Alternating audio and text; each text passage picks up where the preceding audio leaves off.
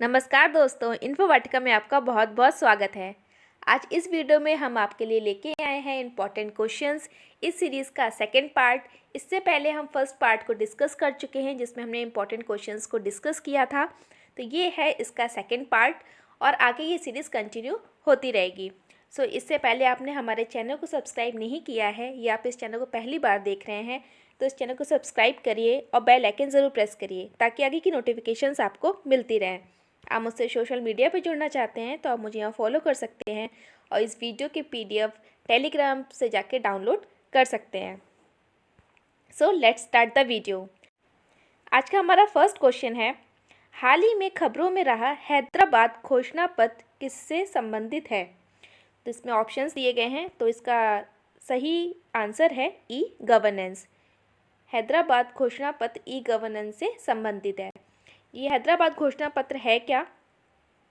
ये घोषणा पत्र का उद्देश्य है नागरिकों और सरकारों को डिजिटल प्लेटफॉर्म के माध्यम से करीब लाना तथा प्रौद्योगिकी के उपयोग के द्वारा नागरिक सेवाओं को परिवर्तित करना। ठीक है, जो नागरिक हैं और सरकारें हैं उनको डिजिटल प्लेटफॉर्म के माध्यम से करीब लाना इस घोषणा पत्र का उद्देश्य है। इस सम्मेलन में संकल्प लिया गया है कि भारत सरकार और राज्य सरकार मिलकर कुछ सहयोग करेंगी। क्या क्या सहयोग करेंगी?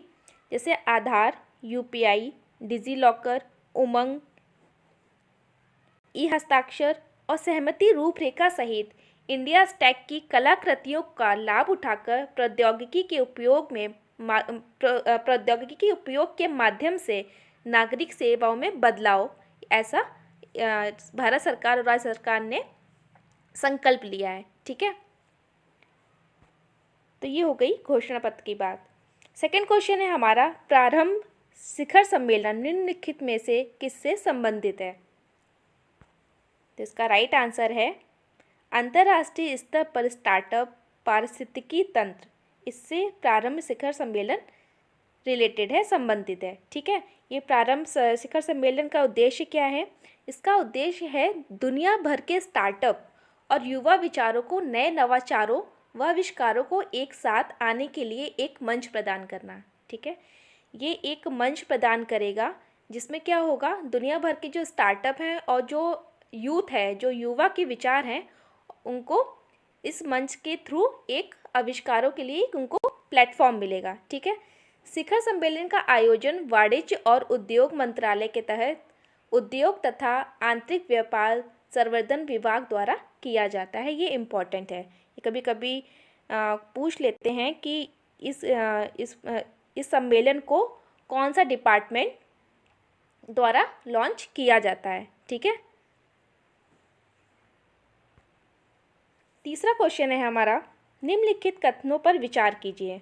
कथन दिया है, पहला कथन है, गुरु रविदास भक्ति आंदोलन के एक रहस्यवादी कवि संत थे। अमृतवाणी रविदासिया धर्म का ग्रंथ है। इसमें से कौन सा कथन सही है? तो 1 और 2 दोनों ही कथन हमारे सही हैं। गुरु रविदास 15वीं और 16वीं शताब्दी के भक्ति आंदोलन के एक रहस्यवादी कवि संत थे। ठीक है, किसके आंदोलन? इसमें 2 क्वेश्चन बन रहा है कि गुरु रविदास 15वीं और 16वीं शताब्दी के भक्ति आंदोलन के रहस्यवादी कवि संत थे और उन्होंने क्या किया? रविदासिया धर्म की स्थापना की। रविदासिया धर्म की स्थापना की। एक ईश्वर में विश्वास और निष्पक्ष धार्मिक कविताओं की रचना के कारण उन्हें ख्याति प्राप्त हुई। ठीक है, उन्होंने अपना पूरा जीवन जाति व्यवस्था और के उन्मूलन के लिए समर्पित कर दिया और ब्राह्मणवादी समाज की धारणा की खुले तौर पर निंदा की। Important point, right. उनके भक्ति गीतों ने भक्ति आंदोलन पर त्वरित प्रभाव डाला। जो उनके भक्ति गीत थे उसने भक्ति आंदोलन पर बहुत ज़्यादा प्रभाव डाला। उनकी लगभग 41 कविताओं को सिखों के धार्मिक पाठ गुरु ग्रंथ साहिब में शामिल किया गया। कि कुछ लगभग 41 कविताएं हैं जिनको गुरु ग्रंथ साहिब में शामिल किया गया है। ठीक है, world employment and social outlook trends WESO 2022 निम्नलिखित में से किसके द्वारा जारी किया जाता है? तो ये अंतर्राष्ट्रीय श्रम संगठन ILO के द्वारा जारी किया जाता है world employment and social outlook trends. ठीक है, ये होता क्या है, जो ILO है ने इस संगठन ने world employment and social outlook trends WESO trends 2022 शीर्षक के से एक रिपोर्ट जारी की है। ठीक है, ILO ने क्या जारी किया है, world employment and social outlook trends, ये इसका शीर्षक है, ये एक रिपोर्ट जारी की है इस पर। ठीक है, world employment and social outlook trends में वर्ष 2022 और वर्ष 2023 के लिए व्यापक श्रम बाजार अनुमान भी शामिल हैं। ठीक है, इसमें श्रम बाजार के अनुमान भी शामिल किए गए हैं इस रिपोर्ट में। यह आकलन बताता है कि दुनिया भर में श्रम बाजार में किस प्रकार सुधार हुआ है और जो महामारी से उभरने के लिए विभिन्न राष्ट्रीय दृष्टिकोणों को दर्शाता है। ठीक है, और श्रमिकों तथा आर्थिक क्षेत्रों के विभिन्न समूहों पर प्रभावों का विश्लेषण करता है। ये रिपोर्ट ये काम करती है। वर्ष 1946 में यह संयुक्त राष्ट्र की एक विशेष एजेंसी बना। ठीक है, 1946 में जो ILO है, अंतर्राष्ट्रीय श्रम संगठन, ये संयुक्त राष्ट्र की एक विशेष एजेंसी बना। Question, right. यह एक त्रिपक्षीय संगठन है जो अपने कार्यकारी निकायों में सरकारों, नियोक्ताओं और श्रमिकों के प्रतिनिधियों को एक साथ लाता है। 3 लोग को, किसको, कार्यकारी, सरकारों, नियोक्ताओं और श्रमिकों के प्रतिनिधियों को एक साथ लाता है। भारत ILO का संस्थापक सदस्य है और इसमें कुल 187 सदस्य हैं। ठीक है, इसमें कितने सदस्य हैं, 187। Question, right. Okay, next question आता है, निम्नलिखित में से कौन सा इंडोनेशिया का सबसे पश्चिमी द्वीप है? तो राइट आंसर है सुमात्रा। ठीक है, इंडोनेशिया हिंद और प्रशांत महासागरों के बीच दक्षिण पूर्व एशिया और ओशनिया में स्थित एक देश है। ठीक है, इसमें 17,000 से अधिक द्वीप शामिल हैं, जिसमें सुमात्रा, सुलावेसी, जावा आदि शामिल हैं। ठीक है, इंडोनेशिया का सबसे पश्चिमी और दूसरा सबसे बड़ा द्वीप सुमात्रा है। सबसे पश्चिमी द्वीप पूछा गया था और सबसे बड़ा दोनों ही सुमात्रा है। ठीक है, इसमें एक क्वेश्चन बन गया कि जो सबसे पश्चिमी द्वीप पूछा गया ये क्वेश्चन, अगर पूछा जाए कि सबसे बड़ा, दूसरा सबसे बड़ा, तो सुमात्रा। ठीक है, जो 1790 किलोमीटर लंबा व 435 किलोमीटर चौड़ा है तथा इसके पश्चिमी और पूर्वी तटों पर छोटे द्वीप से घिरा हुआ है। ठीक है, नेक्स्ट क्वेश्चन है, निम्नलिखित में से किस देश की सीमा लाल सागर को स्पर्श नहीं करती है? आंसर पहले ही आ गया, सीरिया। सीरिया की सीमा लाल सागर को स्पर्श नहीं करती है। लाल सागर विश्व का सबसे उत्तरी उष्णकटिबंधीय सागर है और सबसे अधिक यात्रा किए जाने वाले जल मार्गों में से एक है। ठीक है, इस सागर का क्षेत्रफल लगभग 438,000 वर्ग किलोमीटर तथा इसकी लंबाई लगभग 2,250 एवं अधिकतम चौड़ाई 355 किलोमीटर है। ठीक है, लाल सागर एक वैश्विक 200वां इकोरियोजन है और इसके नीचे लाल सागर दरार है जो इसे ग्रेट रिफ्ट वैली का एक हिस्सा बनाती है। ठीक है, लाल सागर एक वैश्विक 200वां इकोरियोजन है। ठीक है, और इसके नीचे एक लाल सागर दरार है। ठीक, क्वेश्चन, एशिया और अफ्रीका के कुल 6 देश लाल सागर की सीमा पर हैं। एशिया और अफ्रीका के कुल जो 6 कंट्री हैं वो लाल सागर की सीमा पर हैं। यमन और सऊदी अरब पूर्व में लाल सागर की सीमा बनाते हैं। ठीक है, नेक्स्ट क्वेश्चन आता है, 5G के संदर्भ में निम्नलिखित कथनों पर विचार कीजिए। पहला कथन है, यह मिलीमीटर वेव स्पेक्ट्रम का उपयोग करता है। दूसरा है, कि ये लॉन्ग टर्म इवोल्यूशन का उपयोग करता है। ये 20 GB/सेकेंड तक की स्पीड प्रदान करता है। तो इसमें से कौन सा आंसर सही है? तो तीनों ही स्टेटमेंट हमारे सही हैं, तीनों ही कथन सही हैं। ठीक है। जो 5G नेटवर्क है 30 से 300 गीगाहर्ट्ज़ में काम करेगा। 5G नेटवर्क 30 से 300 गीगाहर्ट्ज़ में काम करेगा। इस नेटवर्क के माध्यम से तीव्र गति से अधिक मात्रा का डेटा भेजा जा सकता है, क्योंकि आवृत्ति अधिक होने के कारण यहाँ के आसपास के संकेतों में बहुत कम प्रभावित होगा। ठीक है, इसकी आवृत्ति अधिक होगी, इसके कारण ये जो आसपास के संकेत हैं उससे बहुत कम प्रभावित होगा।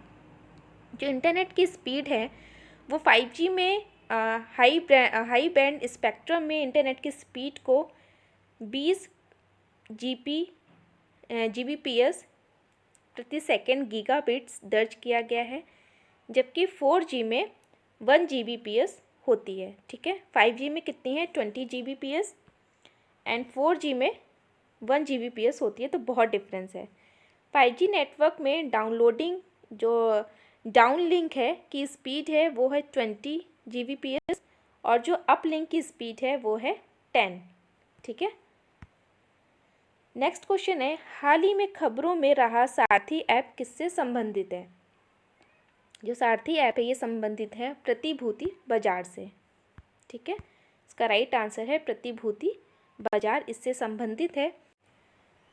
हाल ही में भारतीय प्रतिभूति और विनिमय बोर्ड सेबी ने निवेशकों को शिक्षित करने वाला एक मोबाइल ऐप सारथी लॉन्च किया है। इससे क्या होगा? जो निवेशक हैं उनको शिक्षित करने के लिए, उनको सिखाने के लिए इसका उद्देश्य है। इस ऐप का क्या उद्देश्य है? निवेशकों के बीच प्रतिभूति बाजार की बुनियादी अवधारणाओं के बारे में जागरूकता पैदा करना। ठीक है, ये इसका उद्देश्य है ऐप का। यह ऐप KYC प्रक्रिया, व्यापार और निपटान, म्यूचुअल फंड, हालिया बाजार के विकास, निवेशक शिकायत निवारण तंत्र आदि के बारे में भी बताएगा। प्रतिभूति बाजार क्या है? प्रतिभूतियां एक प्रकार का वित्तीय साधन है जो धन जुटाने हेतु जारी किए जाते हैं। ठीक है, प्रतिभूति बाजारों का प्राथमिक कार्य उन लोगों से पूंजी के प्रवाह को सक्षम करना है जिनके पास इनकी अधिकता है। ठीक है। नेक्स्ट क्वेश्चन है, निम्नलिखित कथनों पर विचार कीजिए। दो कथन दिए गए हैं कि वैश्विक भुखमरी सूचकांक GHI 2021 में भारत को 101वां स्थान प्राप्त हुआ है।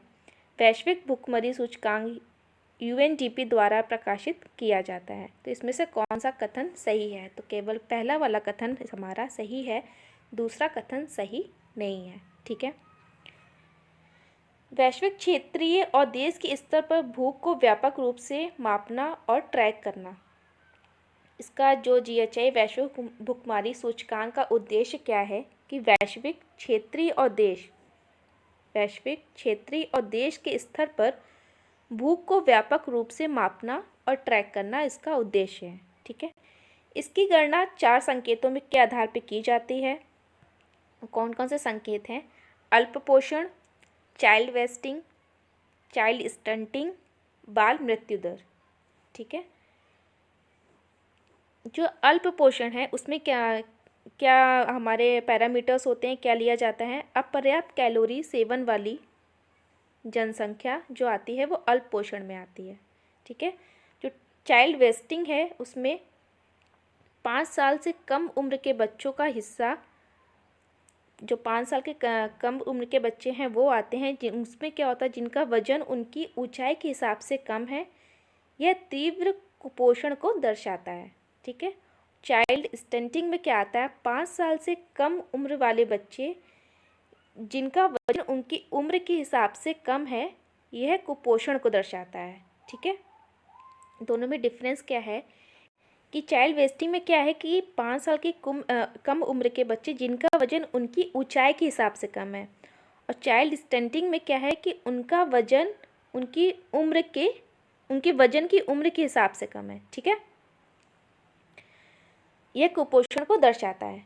और चौथा है बाल मृत्यु दर। 5 साल के कम उम्र के बच्चों की मृत्यु दर वैश्विक भुखमरी सूचकांक GHI 2021 में 116 देशों में 116 देश जिसमें शामिल थे, इसमें 101वां स्थान प्राप्त हुआ है इंडिया को, भारत को। और 2020 में इसको 94वां स्थान प्राप्त हुआ था। ठीक है। नेक्स्ट क्वेश्चन है, अंतर्राष्ट्रीय दूरसंचार संघ ITU के संबंध में निम्नलिखित कथनों पर विचार कीजिए। पहला कथन है, ये संयुक्त राष्ट्र की 15वीं विशिष्ट एजेंसी बन गई है। दूसरा है, ये जिनेवा स्विट्जरलैंड में स्थित है। कौन सा कथन सही है? सिर्फ केवल दूसरा वाला कथन सही है, पहला वाला कथन गलत है। ठीक है। अंतर्राष्ट्रीय दूरसंचार संघ इंटरनेशनल टेलीकम्युनिकेशन यूनियन ITU सूचना एवं संचार प्रौद्योगिकी के लिए संयुक्त राष्ट्र की एक विशेष एजेंसी है। यह संयुक्त राष्ट्र की सभी 15 विशिष्ट एजेंसियों में से सबसे पुरानी है। क्वेश्चन क्या पूछा गया था कि यह संयुक्त राष्ट्र की 15वीं विशिष्ट एजेंसी बन गई है, तो ये स्टेटमेंट गलत है। क्वेश्चन को घुमा दिया गया है, तो क्वेश्चन पे बहुत ध्यान दीजिएगा। ठीक है, तो इसलिए फर्स्ट स्टेटमेंट गलत हो गया। दूसरा क्या है, जिनेवा स्विट्जरलैंड में स्थित यह संयुक्त राष्ट्र विकास समूह का सदस्य भी है तथा विश्व में इसके 12 क्षेत्रीय और क्षेत्रीय कार्यालय हैं। ठीक है। इसकी सदस्यता में 193 सदस्य राज्य और लगभग 800 सार्वजनिक और निजी क्षेत्र की कंपनियां और शैक्षणिक संस्था के साथ साथ अंतर्राष्ट्रीय और क्षेत्रीय दूरसंचार संस्थाएं शामिल हैं। भारत को अगले 4 वर्षों की अवधि 2019 से 2022 के लिए पुनः अंतर्राष्ट्रीय दूरसंचार संघ ITU की परिषद का सदस्य चुना गया है। ठीक है, तो ये इंपॉर्टेंट सारे पॉइंट्स जो भी एक्सप्लेनेशन में बताए गए हैं वो सारे ही इंपॉर्टेंट हैं, उससे भी क्वेश्चन बन सकता है। राइट। सो ये थे आज के हमारे क्वेश्चन। आई होप ये क्वेश्चन आपको अच्छे लगेंगे। So thank you for watching. Have a great day.